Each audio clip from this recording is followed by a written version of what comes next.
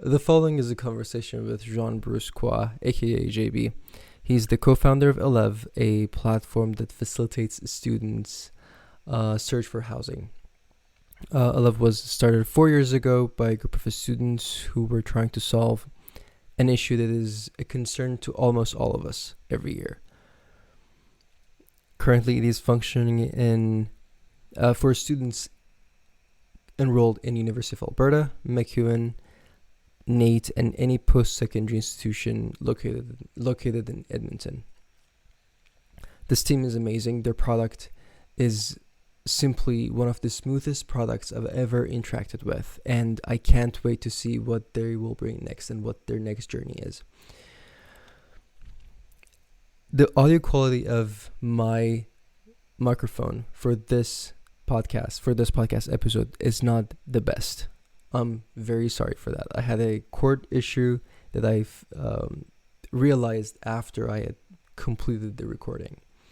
I did my best to mitigate the issue, yet it could have been much better. My apologies for that. Having that said, ladies and gentlemen, this is the Zone Z podcast with Amirali Bigleri, and here is my conversation with JB. Hi, JB. Hey, Amir. Okay. For the last 4 years, if I'm not mistaken, you've been the Chief Operating Officer of Elev, a platform that facilitates finding housing for students. Yes, sir. What was the initial story behind it? So, Elev started. Well, it started like way before 4 years ago. It was like essentially like a personal experience that I went through when I moved here for my studies at the U of A. I remember, I think, yeah. So at first I wanted to live on campus, okay, but then I somehow managed to miss the deadline to apply to live on residence, and so I was like, oh snap, I have to leave. I have to find another place like to stay that's like within the vicinities of campus. But the good thing that also happened, it was almost like a blessing in disguise, because although I missed the deadline to apply for residence, I didn't realize how expensive living on campus actually was until like later on. But essentially, when that happened, I remember I think it was like from like February or March when I got accepted until August 22nd. Every day, I woke up and I was on all different platforms. So Kijiji, Facebook Marketplace, Rent Faster, you name them. I was just there looking for a place to stay off campus, and it was like super challenging, and pretty stressful as well, because like I have to go. I also had to apply for the visa, right? To essentially like when the visa they asked you for like a place, a residence, and all that stuff. Thank God for the university. Like I was able to like use the university as a place to stay.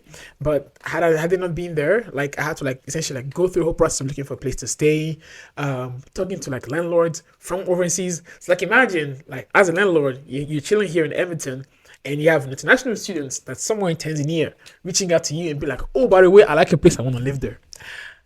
9 out of 10 people said no, because because they were like, you're not here, you need to come and check out the place. And two, it's like, well, what guarantees us that like you're actually gonna move here and actually stay in this place? Like I can't hold the place for you until you come here. So I went through that, and then even when I came here,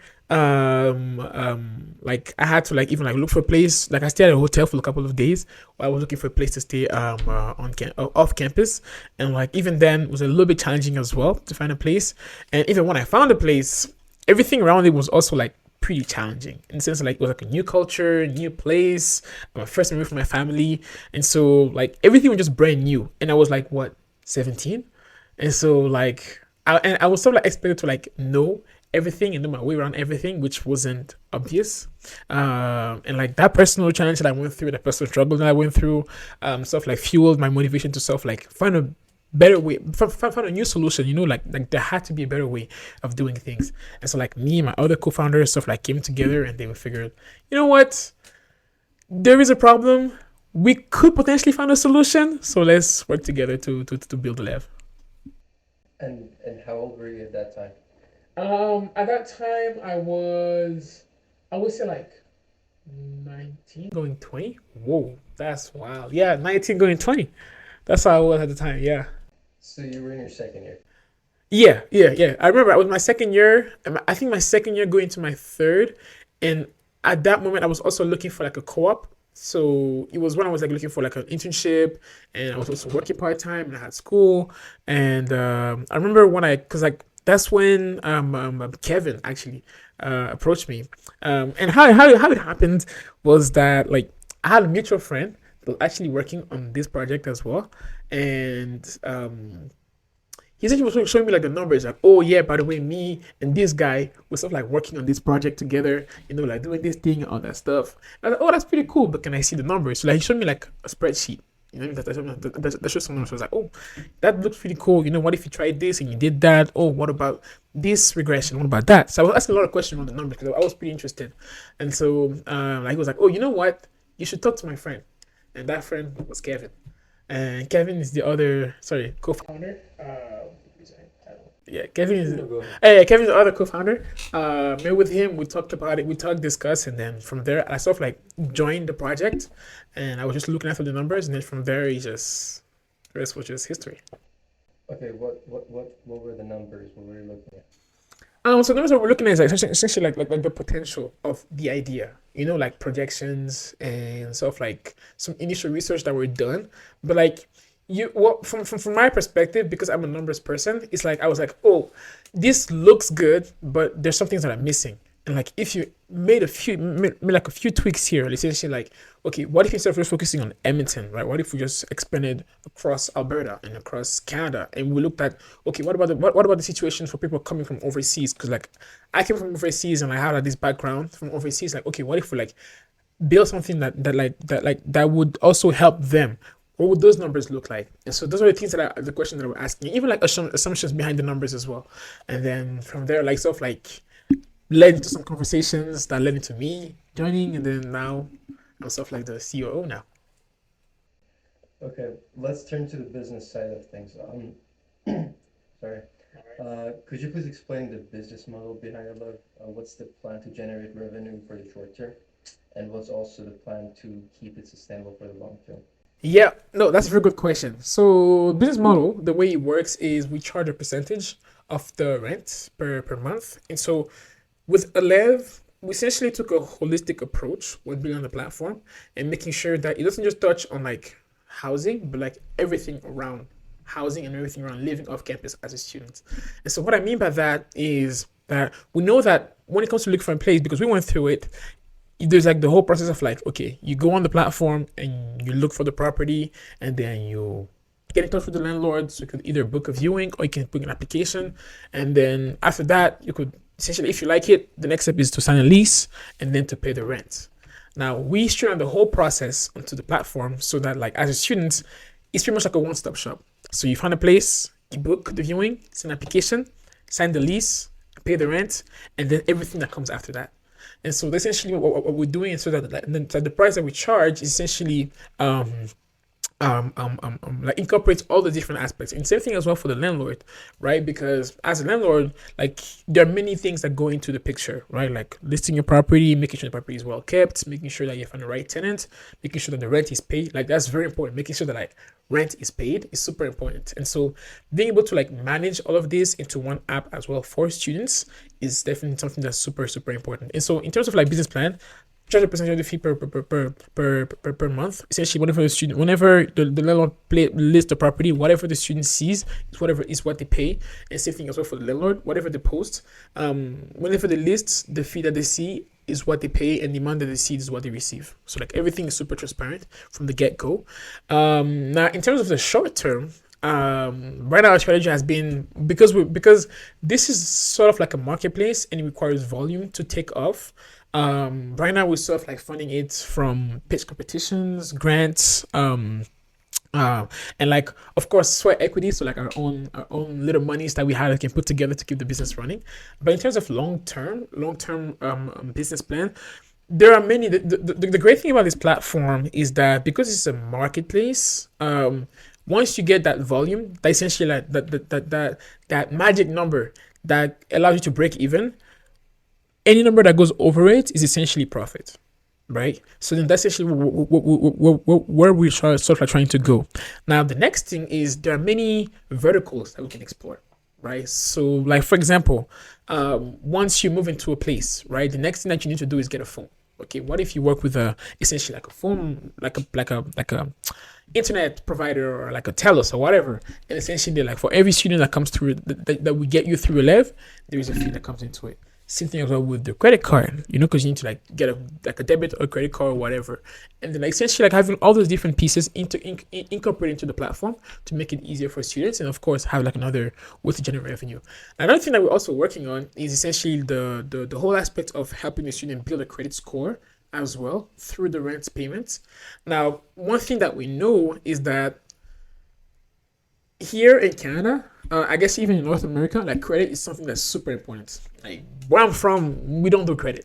Like that's something that when I came in, it was something pretty new to me as well. Like we don't really do credit, but it's something really important, and like it allows you to tap into different opportunities. So, like for example, like a mortgage or like a car loan or like even a loan in general. And having good credit is super important. And so, what if you could bank on your ability on your rent payments to sort of like help you build that credit score. And as students, if you're living off campus, that's at least 2 years, right, of you building your credit score just by paying your rent on time.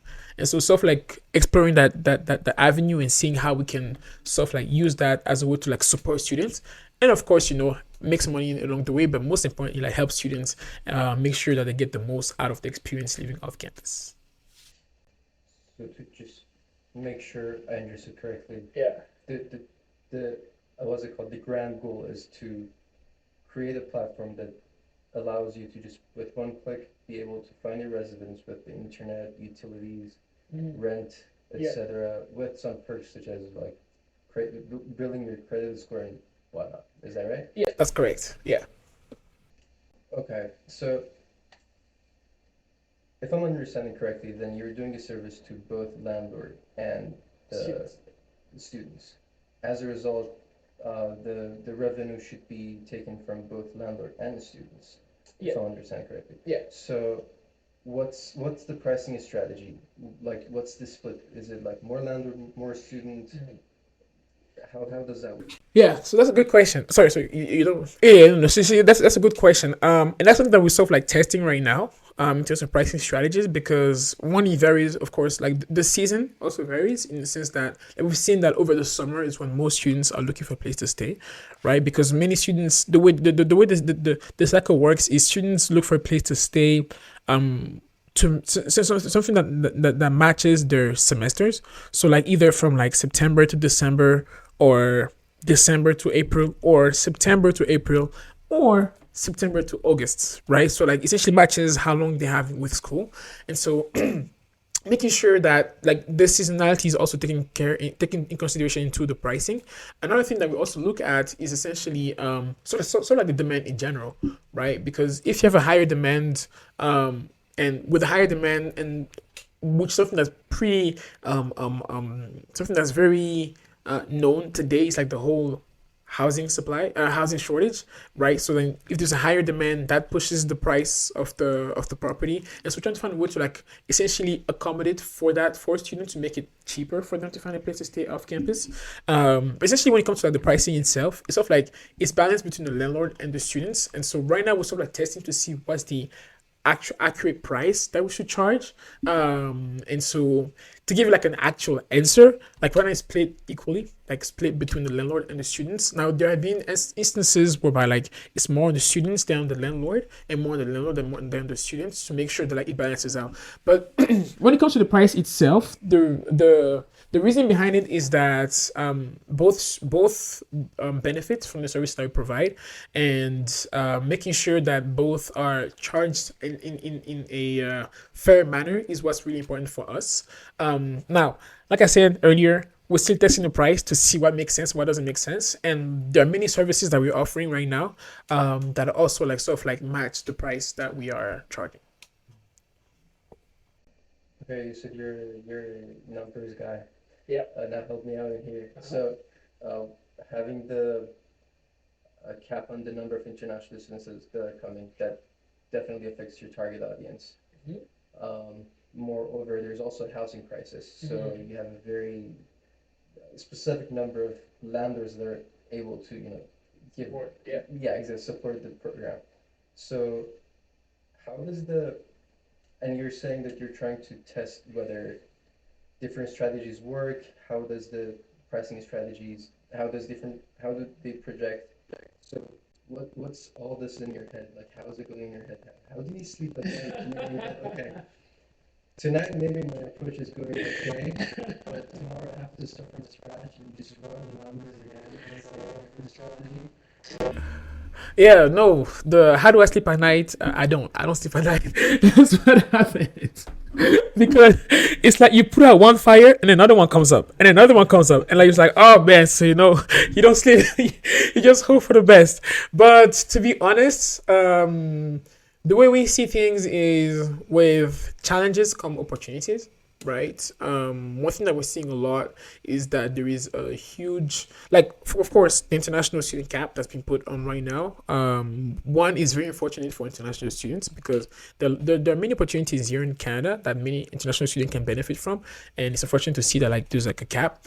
But the reasoning also behind the cap also makes sense in the sense that like with high, it's not just like it's not that it's because of international students, but just like population in general, like higher population put pressure on the housing market. And so with, of course, like right now, the amount of housing even available and the pace at which houses are being built is pretty low. And so simple economics, high demand, low supply pushes the price of rent and then becomes more expensive for students and also for the general population in general. So it makes it a bit more challenging for students to find a place that's affordable for them. And so having that cap sort of like prevents them from finding themselves in a situation whereby if you come in and you come in with the expectation like, oh yeah, I'm going to live in Canada, it's going to be cheap. And then you come, then surprise, it's not. It's not. Rent is on the rise, groceries on the rise, like everything is pretty much on the rise. And inflation is also on the rise. I mean, like we saw that like it recently cooled down to 2.9%, but like we had like the 4 and 5% for the past couple of months. So like pretty much everything is getting more expensive. And so the reality of things is like of course, life in Canada is great, but man, it's getting expensive. And so like something to keep in mind when it comes to like that cap. Now, when it comes to sort of like finding that middle ground, to like support the students, and the support the students finding affordable housing, and the landlord finding like essentially having enough landlords to support those students, that's still a work in progress. We're trying different strategies to sort of like to acquire those landlords that have either like an extra bedroom or an extra like an apartment or even an entire house to rent out to students. And one thing that we're sort of looking into is essentially looking at it as a way, it's not looking at it as a way that you're not necessarily supporting just another tenant or just another just another number, but you're also like making it like a social impact investments because students contribute. I think the number, correct me if I'm wrong, but the number was that like international students contribute up to like $22 billion a year to the economy, which is huge, right? Like it's crazy and like it's understated, and so like being able to like support that segment of tenants, like helping the students find a place to stay and helping them in the academy. It's like it's not like I said, you're not just helping like another number, you're helping someone that's gonna contribute to the economy. And so you on like as a landlord, you're not just like helping a tenant, like you're helping the economy.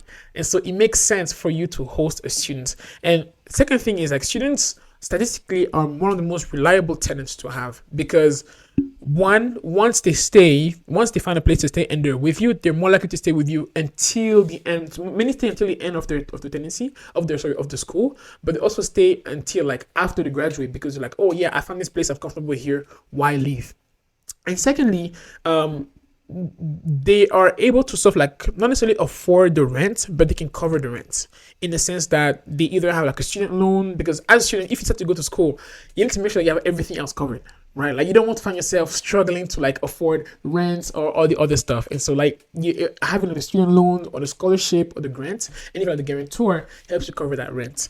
And so essentially like bringing those different aspects. Oh, sorry. And the third thing I want to touch on is the fact that many students like you and I, right? Like we are very serious about our studies. And so there is this whole stigma of students being like partying or like being not keeping the place in a mess, all that stuff. And you'll be surprised, like many students, I'm pretty sure the ones that are looking at this podcast, watching this podcast right now, or listening to the podcast right now, are the serious ones, and they just want to find a place to come and crash, sleep, go back to school after classes, go to the library, study, go back home. and crash again. And so you want to they keep the place clean. And so being able to like showcase and portray the students to the landlords that have the extra units available is a win and a benefit for them, but also a benefit for the economy in general. And so essentially using those different like strategies to acquire those landlords and also support the students in the process. Gotcha. Okay. You're a student of the School of Business at U of A. Well, actually, I didn't go to school of business. I was in the faculty of arts, and I did. No, it's okay. Like everyone thinks I did business, but I actually did economics. So Okay. that's why I love numbers. You're still a student of economics.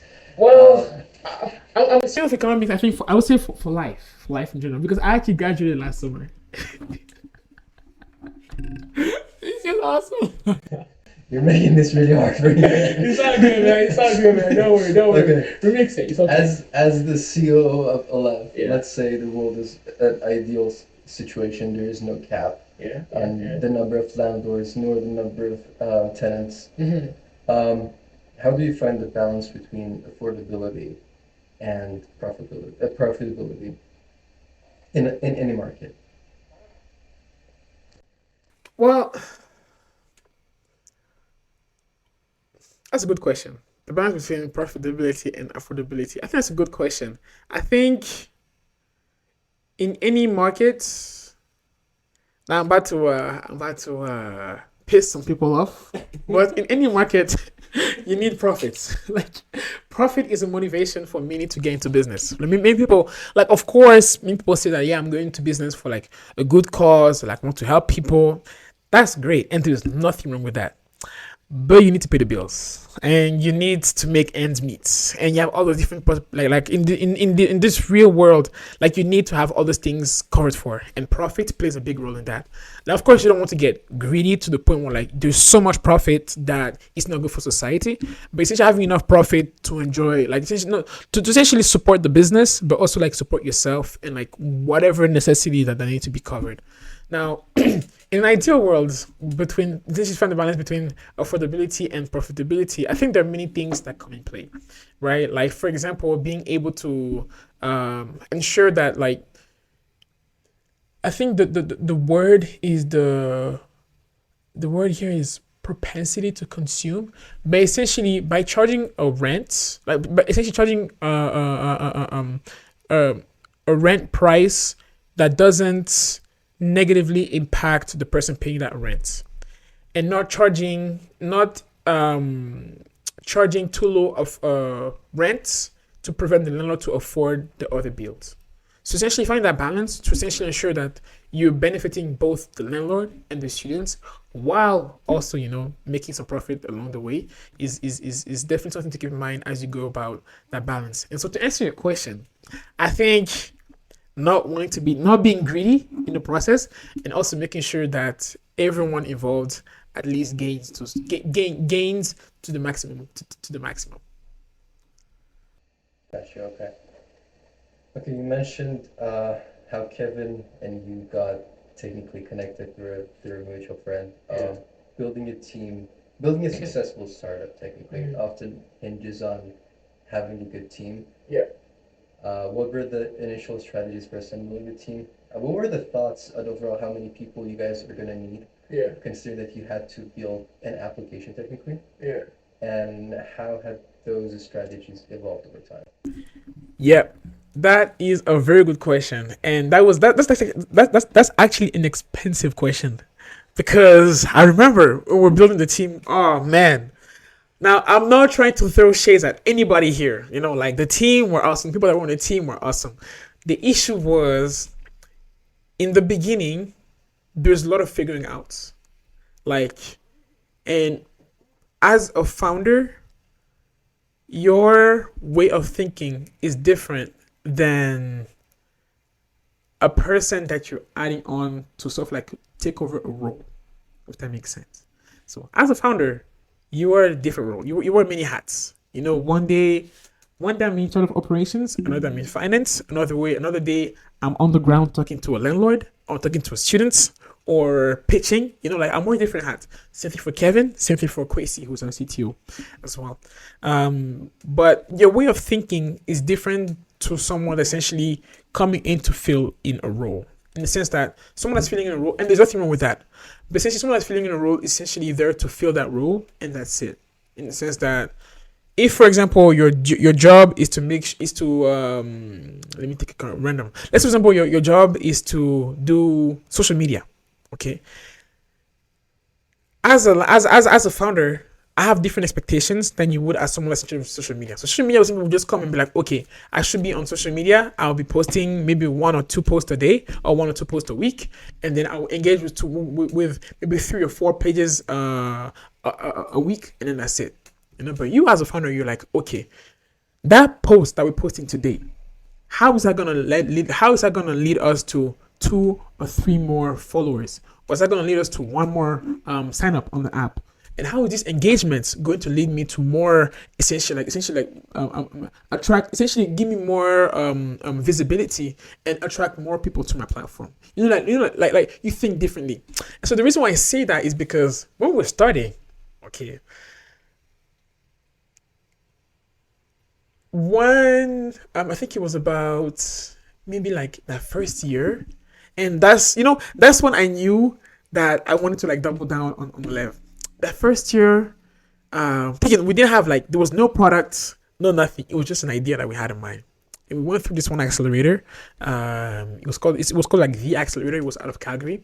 I think we actually had to pay to get in, which is crazy. But anyway, that's a different story.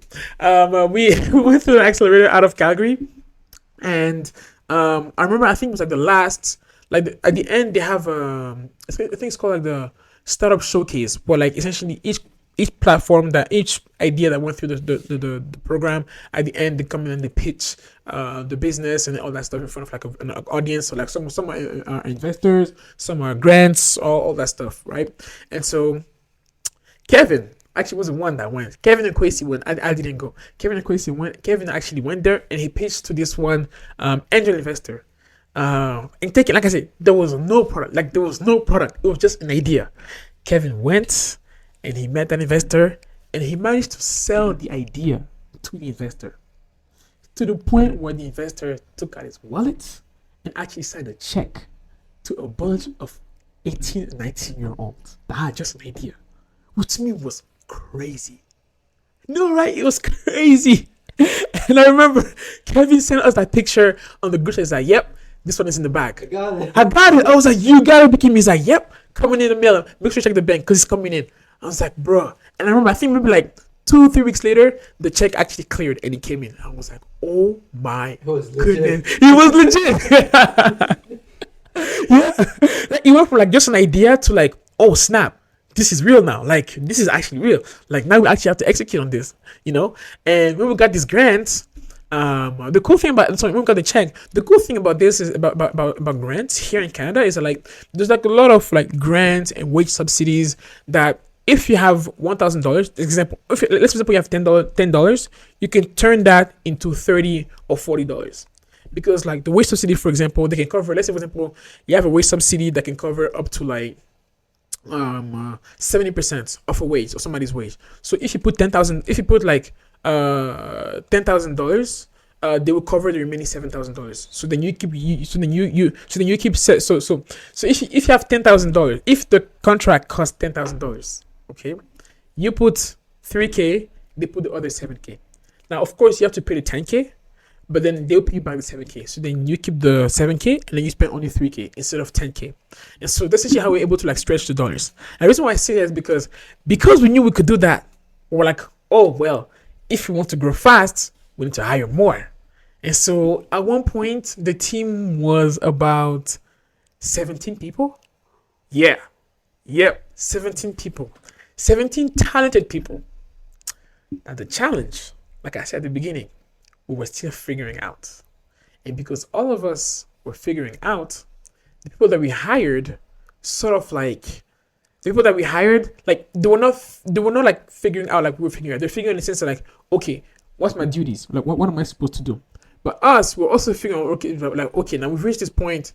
What are each of these people supposed to do? And what are we even ourselves supposed to do? Which we hadn't figured that out yet. So we just hired, but then it was like every day we're just figuring out, and it was like no clear metric, and there was no, and so we're like, of course we're growing, but we're burning more money than actually like getting the return on our investments. And so at some point we had to make the honest decision to be like, you know what, you are a great, super talented person, but we have to let you go. And I have to let people go one by one by one. Super, like, they don't tell you this when you're running a business, but letting people go, man, it's one of the most heart-wrenching thing to do, man. I'm telling you, like, because I had to do it, and it's super challenging, like, because like you get close to those people, right? But over time and stuff, I realized like, okay, we don't need to have like a big team. Like, let's cut down into maybe like, because I want people to cut down to like three people, with just me, Kevin, and Kwesi, and we're like, okay, the three of us have to figure out what the hell is going on, and then from there we sort of like put out a game plan and started going from three, and then like literally the strategy for us to add another person to the team was, unless me, Kevin, and Kwesi are absolutely stretched like as thin as possible, then we can add somebody else to the team. Otherwise, we have to stay and we have to move as a unit of three people, and then that's how it went. Yeah. But still, setting up the intensity for the fourth person who comes in is very challenging, especially when you are saying, okay, I'm going to put my 100%, and if I really can catch up, then I'm going to ask someone to put their 20%, 30%, and that's still, I don't know, there is something specific about setting up the culture, to although, I don't know, for example, to although let people know that, okay, like you're not going to have the same share or technically objective as I'm going to have, nor the reward. At the same time, we are moving somewhere, and that's a common goal. So we got to put technically the same amount of energy, to some proportions, of course, but setting up the intensity is very hard, as you mentioned. That you have the what's it called, the results in your mind, and the employee is going to have okay, I'm going to have this routine, I'm going to set up an objective for what I do, no emphasis on the results. So that's still a tricky part, I think. I just want to add on to that. I think the thing to, I guess one thing that we learned throughout the experience is that we're able to like sort of understand that if we want to add someone like on a full-time basis, that's gonna come and like stay with us like permanent, quote unquote, they will need to operate like a founder. They need to think like a founder, and they need to move like a founder, and need to like execute like a founder. What I mean by that is that you're not satisfied with status quo, like regular, like the regular standard stuff. Like, that's not something that we're satisfied with. Like, you have to like think 2, 3, 4, even 10 steps ahead. That like, how is that one action that you're doing today relates to the vision that we have for tomorrow? And so what I mean by that is that from that experience, we're able to define, one, what's the quote unquote culture that we want, what's the intensity that we're looking for, what's the mindset that we're looking for, but also be able to divide between someone that's going to come in permanent, like full time, and someone that's going to be contracted out, right? And so for the contracting out part, it's been pretty like easy to figure out, in the sense that, okay, let's say for example we're working on this one feature and our hands are tied. Let's put together like a plan that somebody's gonna follow to the T. Like, literally, here is the plan. All you have to do is execute. The reason why I can't execute today is because I don't have time. If I had 25 hours or 28 hours in a day, for sure I can do it, but I can't. So you're gonna do it. You're gonna go and you're just gonna do it, and I'll play more of like a supervisor role. Oversee the project. So that's actually like the contracting out part. Now the other part, which is like adding someone on the team. Honestly, we've actually added someone on the team recently. She's our not recently, like she's been with us for like maybe like 2 years now, 2-3 years now. And man, like she's been like amazing, like the perfect addition to the team. Now, again, I am not throwing shade at anybody else. Everyone that joined the team was a perfect addition to the team at the time that they joined us. You know what I'm saying? I don't want to, just making sure. Now, going back to who we basically we hired on the team. She actually, like, you know, some people, like, they show the traits before they even join the team. You know, like when he started, it was like she was like because she joined the marketing team. So she's the one everything that all the marketing that you see on Elev, on our Instagram, TikTok, social media, everything. She's pretty much like the mastermind behind it, because like when she first joined, it pretty much started about her asking questions. Like she was just asking a lot of questions. It's like, why did you post this? What are you hoping to get out of this? Who's your audience? Now all these questions are like, back then, I was just posting to post. Like, we were just posting to post because we need to be active, you know? Like, if you're not active, you're not relevant. If you're not relevant, people are not going to pay attention to you. If you don't pay attention to you, you lose clients. So, I was like, you know what? Let's at least in one way or another stay relevant. But then she just ask questions. What about this? What about that? What about this? But I was like, okay, this is a pretty insightful question that you're asking. Come and let's have a chat. So then she talked to all three of us, and they were like, you know what? Let's just try it out. Let's just contract you out and then see how it goes. And then from the contract, we're like, yep. As soon as she did the contract for like a few months, we're like, yep, you are staying on the team. For as long as we can afford you, you're going to be on this team and you're going to work with us. And since then, it's been a blessing in disguise. But the reason why I say that is because like her mindset was like similar to one of her founder. You know, like of course we have to train her and like show her like how we operate, how we like the vision that we have. But then like she had the energy, the intensity, and she was willing to put in the work and, you know, like go through the ups and downs with us. And so we're like, you know what? Yeah, no, whatever we can do to keep you on the team, we will do it. And so I don't know. I know I went on many tangents here, but I hope that answered your question. No, it does. It does. Don't worry. Yeah. Okay. Now, on the multiple tangents that you went on, get a little bit deeper in one of them. I'm assuming that that all of your team are students. Technically, used to be students, Yeah. and some of them are still students. Yeah. How would you maintain the team's morale when it's, you know, December? You've got a bunch of paperwork to do before the New Year's. Yep. You've got also exams and a lot of other things. So it's a hell. Yep. So how do you keep up with? How do you prioritize first of all, and how do you keep the team's morale up? Yeah. That's a very good question. That's a very good question. I have a question. Do you watch The Office?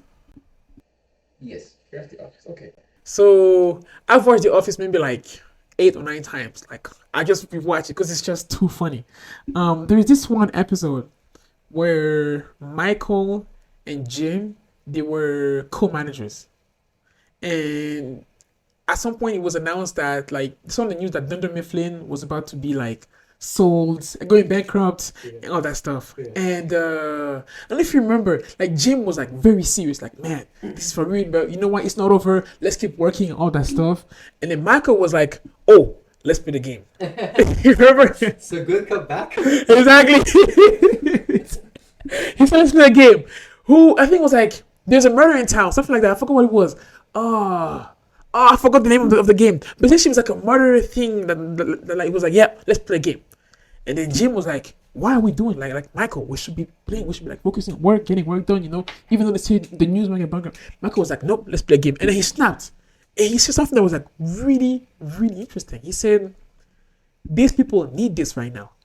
You know how when you're on a boat and the boat is sinking, and like one person is trying to like make sure the boat doesn't sink and all that stuff, and you have kids with you, and you want to make sure that like, you know what, even though the boat is quote unquote sinking, you want to keep the morale up. You want to keep them up, keep them happy, make sure that like they don't focus on the bad thing that's happening.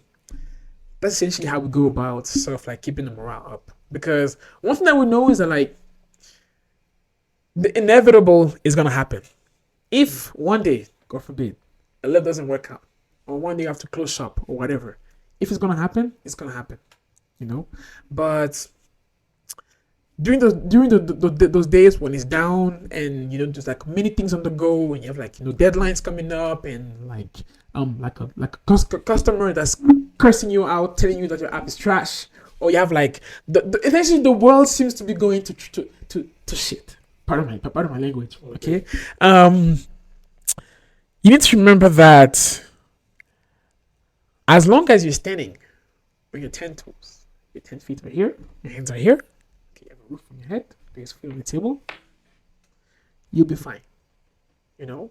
And being able to understand that there are going to be those days when it's going to get challenging, you know, but like it's your job as a leader to make sure that your team is essentially positive, you know, like they essentially keep moving throughout the difficult times, you know, and understanding that like sometimes even if this one person has too much on the go, to be like, you know what, hey, you have too much on the go, let me help you out. You have too much on the go, take a break. Or you have too much to do, relax. You know, that's what we're here for. And be able to like essentially like lean on each other to sort of like support each other. And so essentially to answer your question, you know, I know I go on many tangents to answer tell you this story, but essentially it's about being able to understand that sometimes it's okay to like step back. You know, you don't have to be there. Like, of course, you want to be there 24/7. You know, you want to be working 24/7. But sometimes it's okay to understand that we're human. Life happens, and if it's too much, take a step back. If you can do it today, fine. Come back tomorrow. Just make sure that like tomorrow you come in with like and give it 200%. You know, give me 100%. Give me the best that you can. If today you can't do it, that's fine. We can always do it tomorrow, and then go from there. So, what was the process of doing the market analysis that made you guys confident that okay, this is the right time, we should go for it, and that's number one. That's question number one, and question number two is how are you planning to expand into new markets? You know, changing the audience. I know the primary audience is still students, and but how are you trying to expand that? Good question. When it comes to market trend, for us, it started when, like, I mean, it started from our own personal experience, you know, to sort of like go through it and see that there's actually nothing out there for students in particular. Now, there are like listing depositories. So, like, for example, like the platform, some platform that work with universities to essentially help their students find listings. So like, I think there's this place called, I think it's called For Rent. No, Rent. I forgot what it is, but it's like a platform that just helps. Essentially, like it's work with the university to just help the student find housing off campus. But once you find the place, you're on your own, right? And we went through it in the sense that like there's more than just finding a place. There's also like the living portion of it.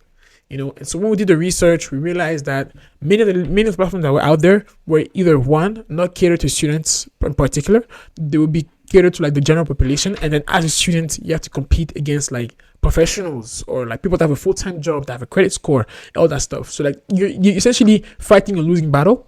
And the second thing is many of those listings would help students only until they find a place. Now, once you find the place, it's just you have to figure out everything by yourself. Now, you're already figuring out life. You're also figuring out school. Now you have to figure out how to live off campus. Like, how is that fair? You know? And so we figured like, okay, there is an opportunity here that's like, there is something there's something that hasn't been done like that for students before. Now, the second thing is everything that we're seeing today. Like these are trends that we've been seeing when we started. Like, there's a rise in students that are moving over, like international students coming to attend a school here in Canada. There's a rise in students getting education, like post-secondary education. And like when you look at graduating students from like high school, going to like post-secondary institutions, like that number is rising over time. And so we figured that like, okay, these numbers are rising, and it will reach a point where there is more students than houses available. And so we figured that like, that was like sort of like the some of the different key factors that give us that green light to be like, okay, let's start now and let's start pushing for this platform that we're building like right now, like ASAP, because the people are coming and they will need that product, you know. And essentially that's how we went to sort of like figure out that the time was now for us to go out about it. And even like right now, you even see it right now, like in cities like in cities like Toronto or Vancouver, well, it's insane. I don't know if you saw that kid, the student that travels from Calgary to, that's insane. And he saves money. That's wild. That's wild. And he saves money. Like he saves like $600 a month, but just by traveling every week, which is insane. And it shouldn't be though. Like it shouldn't be the case. And like you have many students that are in a situation, or like students that like, I think in Ontario, some students share like a living room, like they share like a space in the living room, which is crazy. Like imagine coming from overseas, your parents spending their life savings, because for many students, the parents invest in you. They could have bought a house. Like that's what me. My parents could have bought a house, but they put the money in me, and now I have to come and live in a living room on a mattress. That's insane, right? That's crazy. And so these are some of the things that we're trying to combat through Elev, and being like, oh hey, look, you as a student can find a place that's affordable that will give you that peace of mind that you deserve in order for you to achieve the academic success that academic success that you came to look here in Canada. Look for here in Canada. Now, how we're looking at expanding outside of the market, pretty much start with students. Like for us, the main focus is students. It has been students, or will always be students. Now, the expansion out of it would be those that essentially like graduate out of school, right? Like once you come onto Elev and you find a place to stay, the next step is essentially like, okay, what's next once you graduate? What's the post-graduation life? And then from there, essentially like look for ways to sort of like support them in their post-grad life, so that whether it be like looking for a job, or looking for like that mortgage, if you're looking for a mortgage, or if you're looking to start building your life after school, essentially where Elev would come in. But like, for us, the focus has been students. So right now we're just focusing mostly on students, but essentially we're not open to exploring the other markets, the other opportunities that are available to us. We're not against. Sorry, I said we're open to exploring. We're not against. We're open to exploring the other markets and opportunities that are open to us. Yeah. Just want to make sure I get it right. For those who didn't know the news, technically there is a student who travels from Calgary, who lives with his parents in Calgary and studies at UBC, University of British Columbia, and flies from Calgary to UBC every week, comes back, and is still saving some money for rent. So yeah, it's pretty it's crazy. Yeah, it's crazy. Oh, okay. He got us like 2 classes. Yeah, that's wild, man. that's something. Yeah. Okay. Developing an app is definitely not a small project. Oh yeah. That's like a computer science assignment or something. Yeah. What was the process of creating Elev's app from concept to launch? What was the timeline like? Yeah. How long did it take? Yeah. No, that's a good question. And the way we see it is we see it as like the app is always launching. What I mean by that is that we're constantly making changes, constantly improving the platform, making it as smooth as possible and as frictionless as possible. And the process for us, that process was also an expensive lesson that we learned, in the sense that when we started building the platform, we did the initial research, talking to your customers and all that stuff, getting some insights. But then when we went out to sort of like build out the platform, we didn't involve the customers as the customer as we were building the platform. We sort of like, we talked to you once, and then we're like, okay, we have this idea, let's go and build. And so we locked ourselves in our basement and just build. And then we launched it to the public. And I remember when we launched it, there was a total of like 20 downloads. And from the 20 downloads, 12 of those were our friends, and 8 of those were friends of our friends. That's still crazy. It's 20 downloads. Man, is it? Is it though? I mean, it is crazy. Don't get me wrong, it is crazy. But it's crazy. It's crazy. It's crazy. 20 downloads is still crazy. But it's funny because like it's your friends that you told about. It's like, for example, me telling 4 friends. Me telling 6 friends, Kevin telling 6, Koua telling 6, and then be like, yeah, guys, download, and then download it, and then it's like, oh well, when I use it, the app crashes. When I use it, this happened, that happened, this happened. And we're like, oh snap! And we also realized like there was not as much uptake as we expected it to be, because we tried to like make some noise about it, like like apply, like talk about it on Instagram, social media, Facebook, like as many platforms as we could to talk about like, oh, we're launching and all that stuff. And many people people didn't really interact with it as much as we thought it would. And the reason why is, like I said earlier, we did not involve the customer throughout the process. And so we had all these assumptions that we had in mind. We're like, oh yeah, we have this great solution that's in mind. We love the solution, but then the problem itself wasn't necessarily being addressed. And that was a lesson that had we paid attention to business model 101, we would have known that if you want to build a successful, at least a somewhat successful product, you want to make sure that the customer is involved at least 99% of the way, because you want to make sure that, like, at the end of the day, you're building a solution for the customer. It's not for you, it's for the customer. And that solution must solve the problem that the customer is having. Because if it doesn't solve their problem, they won't be willing to like pay for it. Whether it be like money wise or even for the time, And so what we did after we launched it was that I was like, yeah, guys, the issue is that we have all these assumptions, but the customer is not involved. So we went back to the drawing board and we're like, okay, how can we build a platform that will involve the customer throughout the entire process? And we went back to the drawing board. And then, so like, having those different sessions, like testing sessions. So we would have a feature that we want to implement, and we go out with tests with students, we test that with landlords, making sure that like they understand how it works, and making sure that like seeing them using it live, give us so many insights of things that like to us it's obvious, but to them it's not. And so using that throughout the process and making sure that it makes sense when we implement them into the platform. And then from there, remember what I mentioned about like the whole contracting out.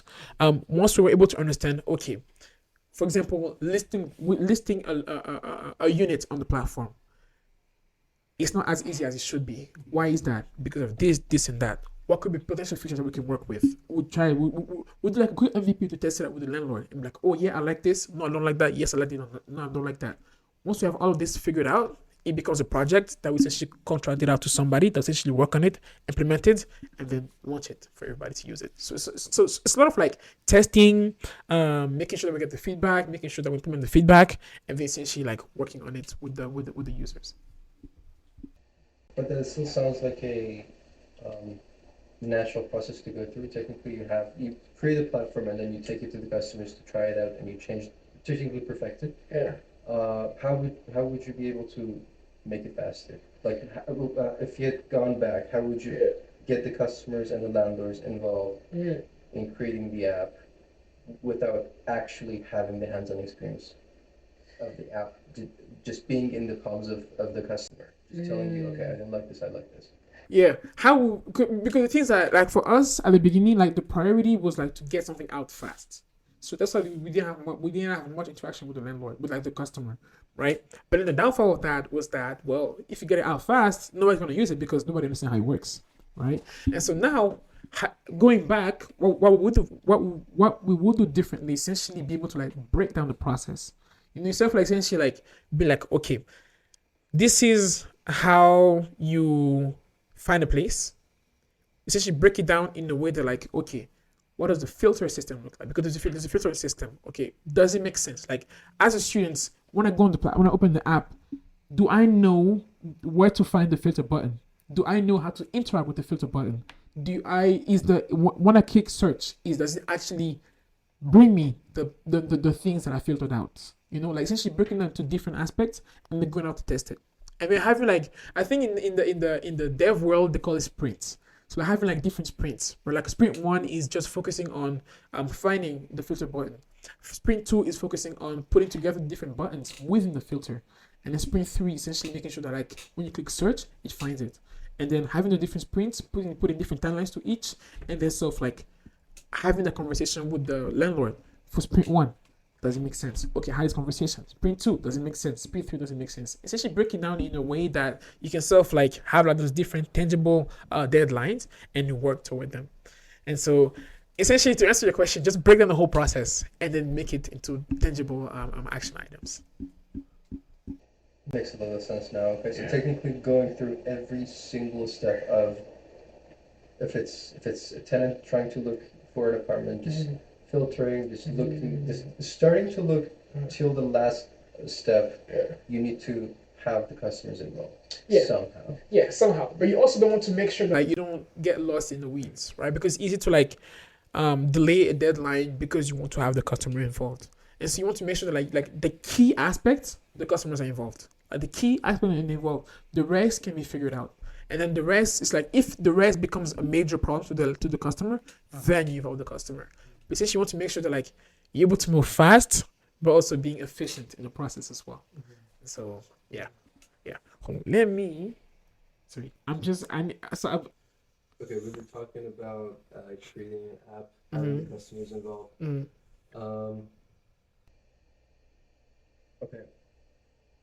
Can you walk me through the timeline of the development? So, from the time you said, okay, we're gonna create the app, to the time that you finished the touches, first release that had the customers involved, it was like, okay, this is actually practical. We're increasing. We're seeing an increase in the trends of downloads. How long did that take? How was that process like? Wow, that's going way back. I would say. I think it was about like three weeks. So 3 weeks in the sense that from the moment we figured out that there's an issue with the app, in the sense that people are not using the app, to essentially when we figured out people are not using the app and we need to get them involved until we like did the next sprint. Essentially, like when we launched the next like version of the app, I think it was about 3 weeks.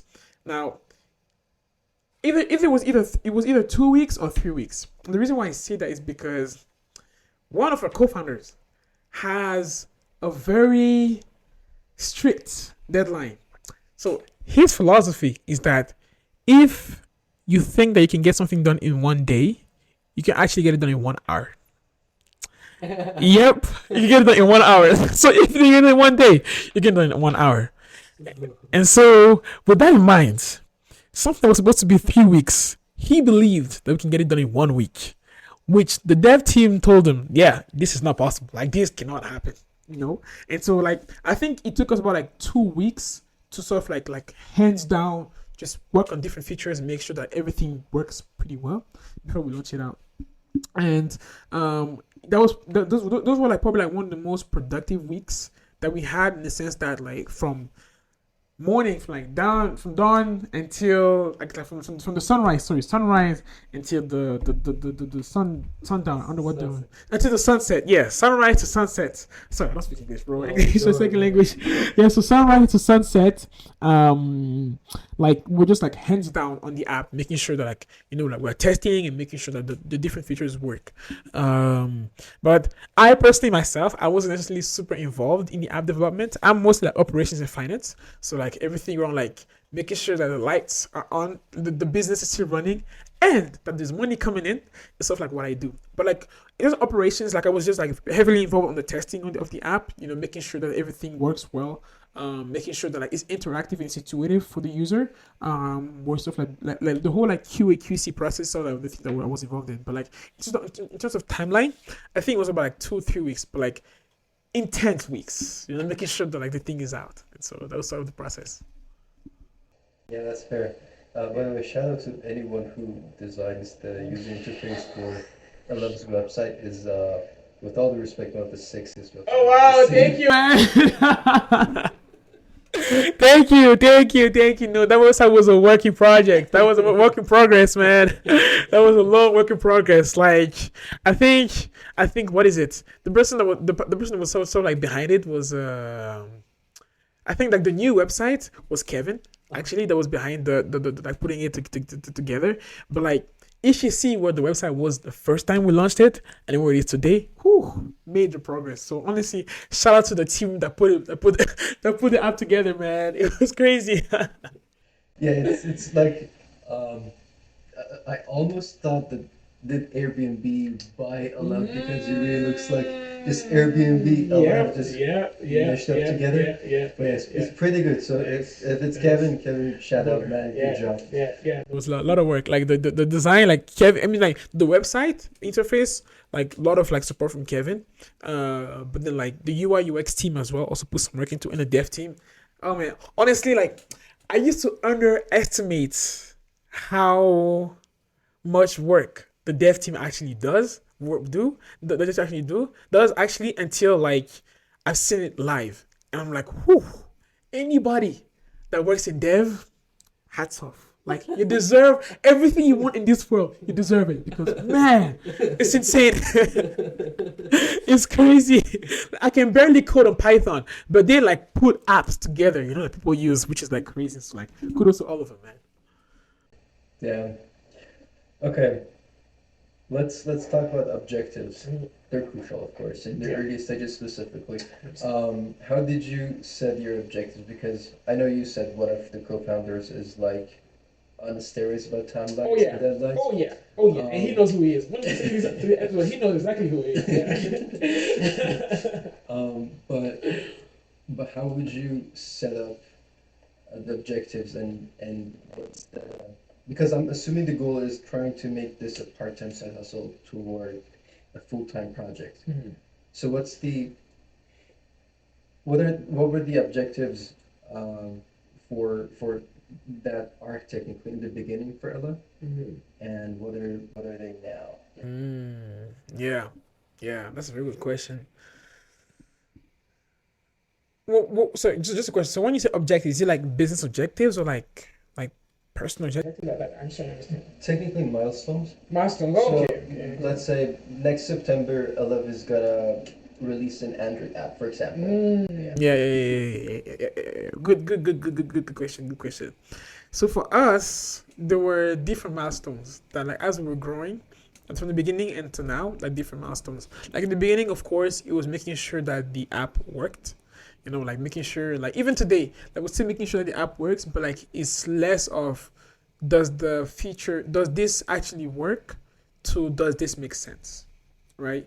Like for example, like the whole like searching for property, for example, that was like a key milestone to make sure that the students can go on the platform, put in the 2 3 filters, and then find a property. And now it's gone to, does adding this additional feature make sense? Like does it flow smoothly? So like for example, does it make sense for us to have a calling feature? Like being able to like call a landlord or call a student throughout the process. Does it make sense today? Or whereas does it make sense to, I don't know, having a I don't know what's the crazy thing that I can add. Like a video chat. Having like a, I mean, if you check it, kind of makes sense. It kind of makes sense. If you're international students, it kind of makes sense because you never visited before. But like something like, I don't know, like having like Uber Eats on the platform. Like right now, I mean, it does make sense in the future, but like right now, it doesn't make sense. Given like our constraint, our capacity, and all that stuff. But who knows? Maybe in 2 3 years, when you hear this podcast, it did make sense, and we have Uber Eats on the app. But it's gone from does this work to does it make sense? So essentially how some of the milestones, like the approach to the milestones have changed.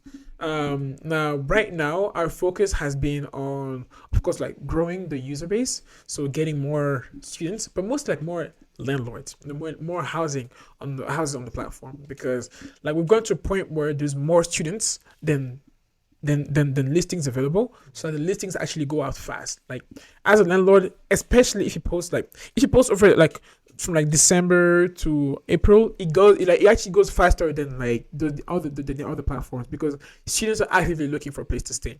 Like if you post in the summer, you have days, because it just really fast, like in days. I would say like maybe like weeks top. Like when you list, it actually goes out really fast. And so like bringing more listing on the platform, because the students are looking and the houses are going out pretty fast. And so like the milestones are mostly focused on like acquisition now. Like how can we, like by this time we should have this many listings on the platform, and we should be in this city, in this particular city. And so like making sure that operationally and also like expansion wise, like the milestones actually make sense. And so again, from then to now, it went from like how do we make this work to like how does this next milestone contribute to the overall vision that we have of Elev? Okay, got you. Okay. Now my second question is, um, there are times that come that numbers are not looking good because you're in this transitioning stage. You know you're going in the right direction, Yep. but it's just that, what's it called, hump that you have to Yep. pass.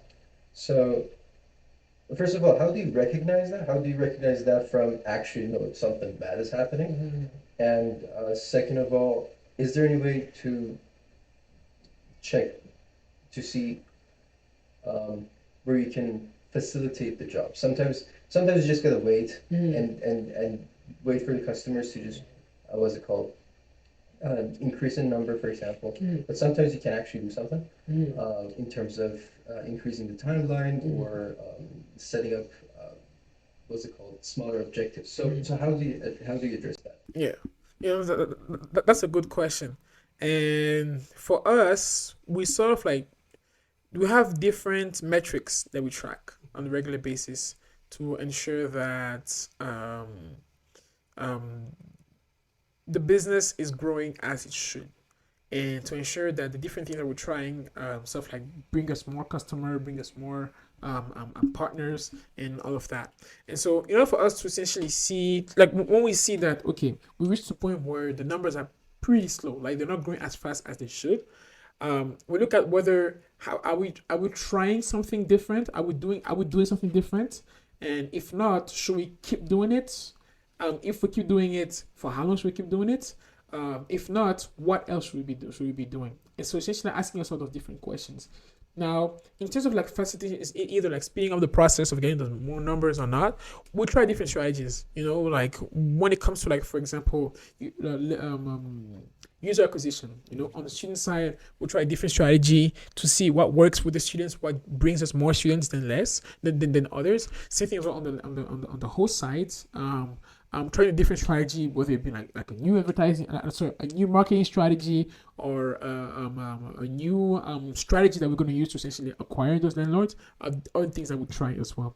And so, to sort of like, to answer your question, of course, in order for us to know when the numbers are not working the way we want them to work, we track some like pretty key metrics, to make sure that over time the numbers are growing at a decent pace.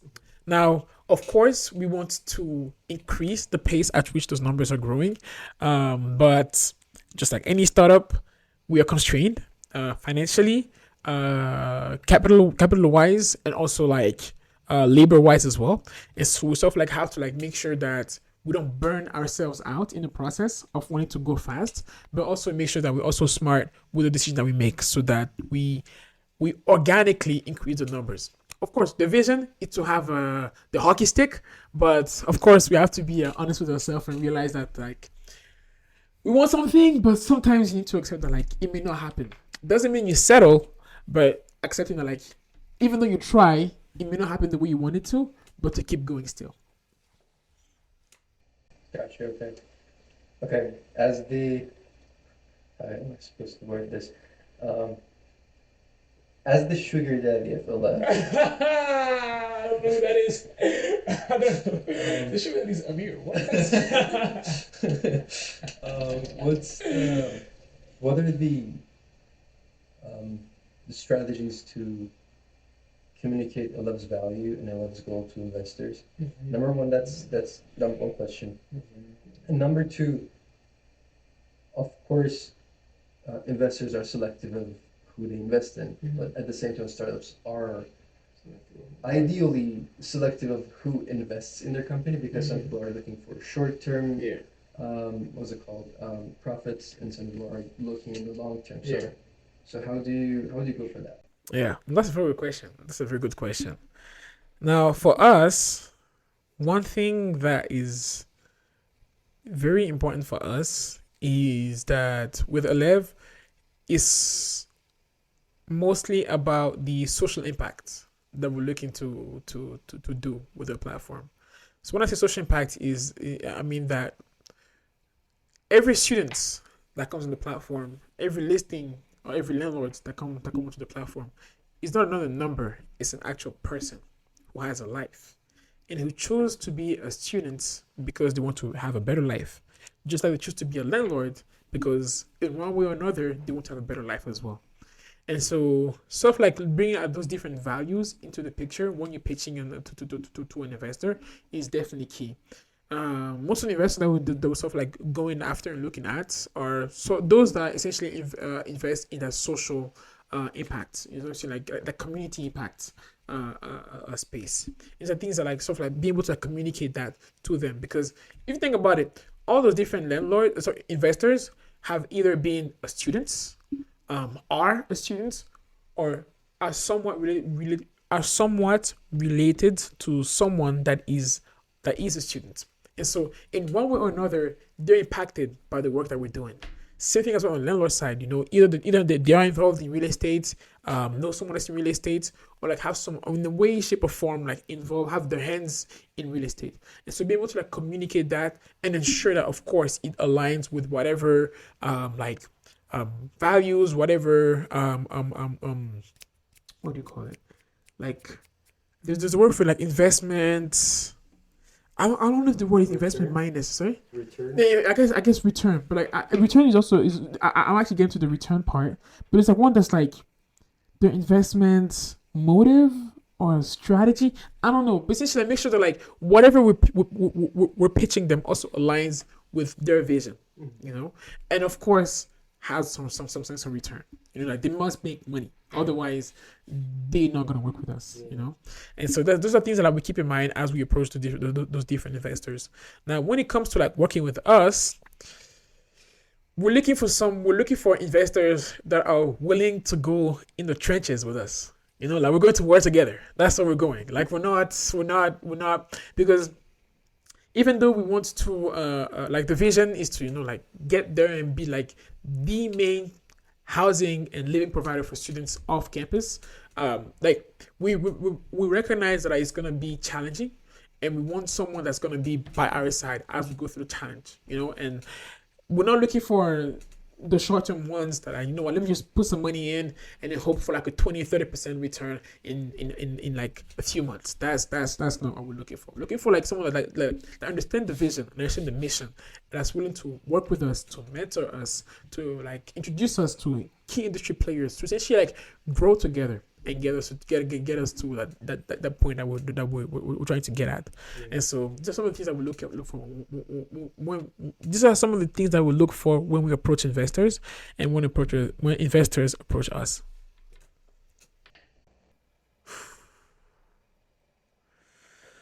Toughest time, I think every time with Elev is tough, but the toughest time. Oh man, no, being a startup founder, being a founder in general, like there's no class that can teach you what it's like to be a founder, or there is no like degree that you can take and be like, what, I'm a founder. It's one of those things where like you have to experience it, and there are long nights, long sleepless nights, and long days, and myself, because I'm the operation in finance, like I know the numbers, like I'm in charge, like I see the numbers, like external numbers, like the growth and all that stuff, but like internal numbers in the sense that, okay, how much does it cost to run the business? Like I see it, so I know how much we need. And so like on the cost, like on the regular, on a constant basis, like I'm always thinking about those numbers, like, okay, are we is our burn rates burning too fast? Or is it growing too fast? Or when is our next income, like our next flow of cash gonna come from? Like all these different questions I ask myself. And I think probably one of the toughest times, I mean, the most recent one would be the time before like one of the recent pitch competitions that we won. And truth be told, when we went into the competition, we were pretty much going broke. Yeah, like the money wasn't coming as much as it should. Now, we're not rich. We're not balling. You know what? Chill. Relax. We're not rich, okay? We want the money. Any investors listening to this, any grants, anybody, we want the money. Please come and talk to us. We want this, But like right now, we're in a better position. Now, I'm not gonna say we're going broke, but it was like, if we don't play our cards right, it's not looking good, bro. It is not looking good. And when we went for that pitch competition, I told myself, we're living here with something. Like, we have to, because the numbers are not looking as good as we want them to. It was like one of those like slump, like one's like just business going down, the business being in business, and like we're just like asking ourselves like now, like what happens if this doesn't go through, or what happens if this doesn't work out? And one day there, we're competing with like companies that make tens of thousands in MRR, like tens of thousands. Some are even making like approximately like even millions of dollars a year, competing in those companies. And we were like, we were focused on the social impact. Like, they were making like big numbers, and we're not making like as big as them, right? But we're still able to sort of like, push through the different noise, the challenges and all that stuff, and come back as a winner, with like some fun that's actually helping us like run the business still. And the reason why I bring this up is because like why it was one of the toughest times was because some of those times were like,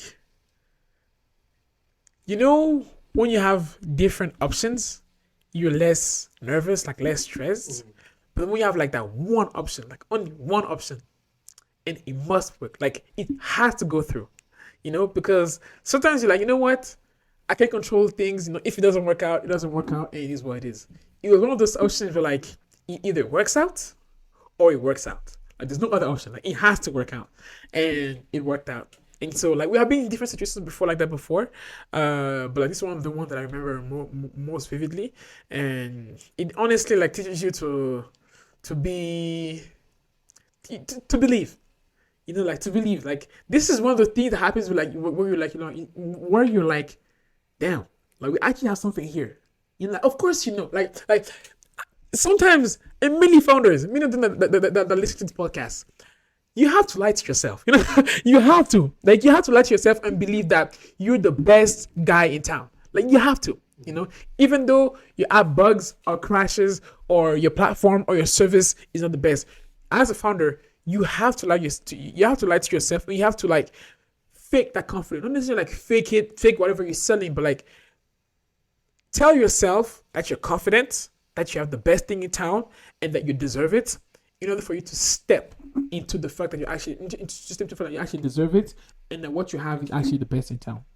And there are many times where like you find yourself in front of like that one option, and like either it works or it doesn't work. And if it doesn't work, shit, where do we go from here? You know what I'm saying? And so you focus on like, I don't care about whether it doesn't work. If it doesn't work, that's a thought for another time. But like right now, I'm just focusing on making it work. And then you just believe, you just lock in, and you just make it happen. So yeah. Thank you. You and I had a talk with Kevin about 2 years ago. Yeah. You and Kevin, maybe I'm just too, involved in Kobe Bryant content. But every time I'm talking to either you or Kevin, you guys are just giving off Kobe Bryant vibes. That's Kobe, man. R.I.P. Nah, Kobe's Kobe, man. That's the mentality, the member mentality. You have to have it. You have to.